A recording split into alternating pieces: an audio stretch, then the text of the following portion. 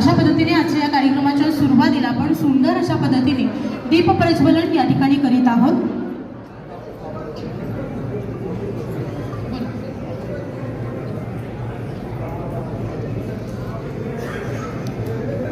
सन्माननीय महापौर विनायकदादा कुंडाल यांचे सौभाग्यवती यांना विनंती करते, कृपया आपण मंचावरती यावे अशी नम्र विनंती करण्यात येत आहे।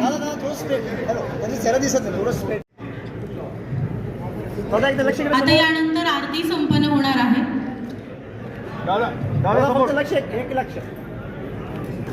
ताईला विनंती आहे, कृपया आपण स्थानापन्न व्हावे अशी विनंती करते।